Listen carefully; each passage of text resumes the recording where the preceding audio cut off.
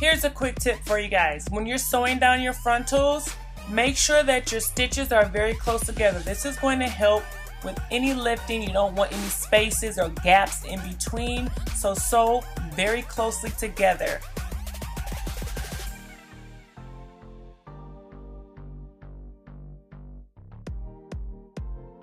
Now it's time to sew on the bundles.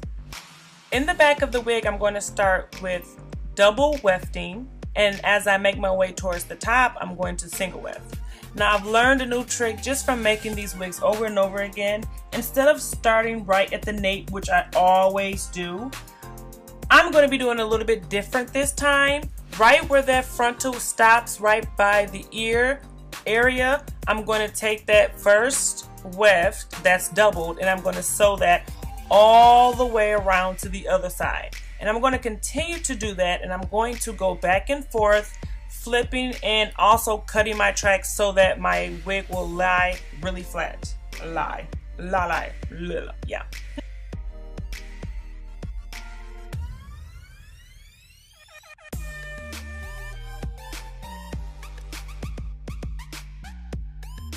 Right in here, I'm going to go all the way towards the other end of the frontal, and I'm going to cut here. So I am cutting my wefts, and once I do that, I'm going to go back on the other side and just connect right there, sew that down really flat. And I've learned this technique just because I feel like when I sew any other way, you can see like that line where that weft starts, and that is just not good. So that way, when I'm parting my hair throughout my frontal, it looks as though, you know, I can part it all the way back without you seeing that track, that line of demarcation where my track starts or where the extension starts, if that makes any sense. So when I part my hair, you don't see anything besides that part, but just hair and not a weft.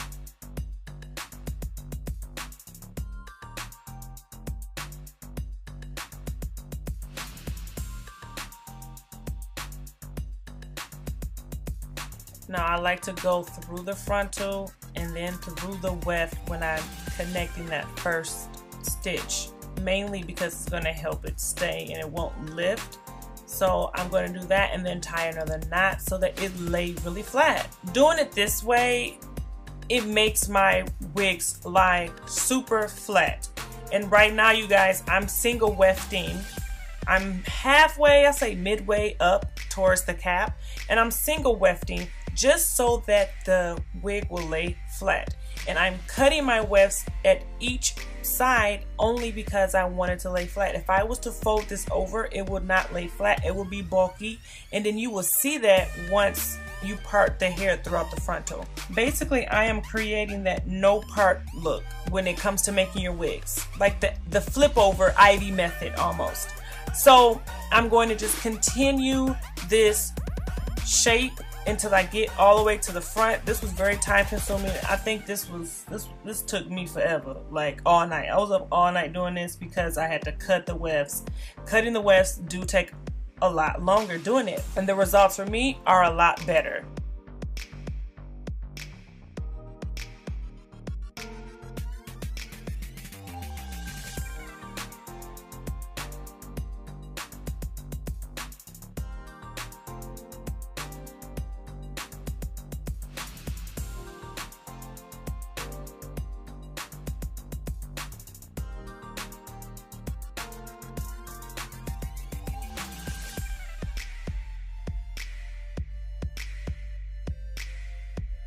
So continuing sewing that really flat. This way for me works a whole lot better than what I've done previously. I want to show you guys, if you were to do it the other way where that track lays flat right there, if you was to part your hair back, you will see that. I have wigs that I see that. So doing it this way, you won't have an issue, I promise.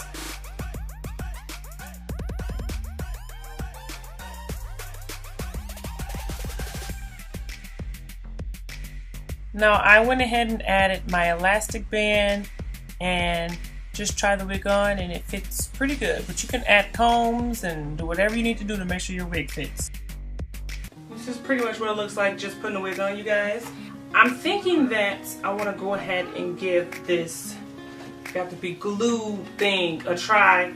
I actually use the yellow tube all the time for my edges, and it really works until I noticed one day when I actually tried to slick down the baby hairs on one of my lace frontals. I didn't use it to slick down my lace frontal. I just used it to slick down the baby hairs.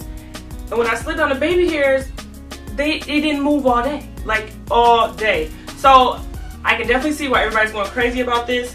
I did go ahead and pick this one up, which is so funny because I picked this up a long time ago at Ulta. This was on sale for $3, y'all. And that's the only reason why I picked it up, not knowing that a lot of people were using this one to slick down their frontals. Don't think that this is glue, you guys, because it's not. It's just a very strong, very strong holding gel. It's not glue, but basically people are using this as the same purpose as a glue for the frontal. So my wig is pretty much snug, except for I have some lift right in the front here. I'm going to use the black Got to Be glued. This is what it looks like. Now I combed all my hair back and took some clips just to get the hair out the way.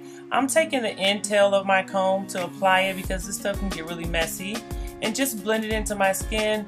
I should have let it get a little tackier first before I laid it down, but just taking a blow dryer with the end of that comb and just pressing down so that it stays securely.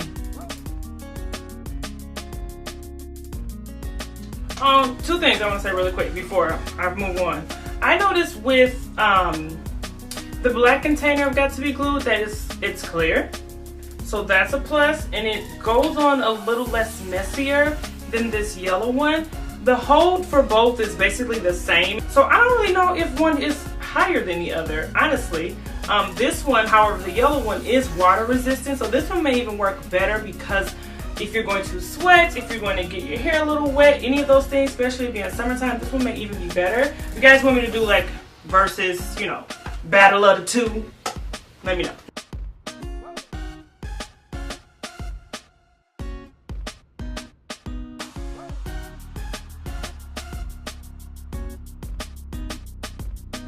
So this is pretty much it for the quick style I did on here, you guys. I just took some of my Eco Styler gel for the edges right here in the front to slick those down. I did 2 little braids in the front just to jazz up this hair. Be sure to check out the description box below, you guys. We're going to leave information about this hair. Thank you guys for joining me, and I hope to see you guys in the next video.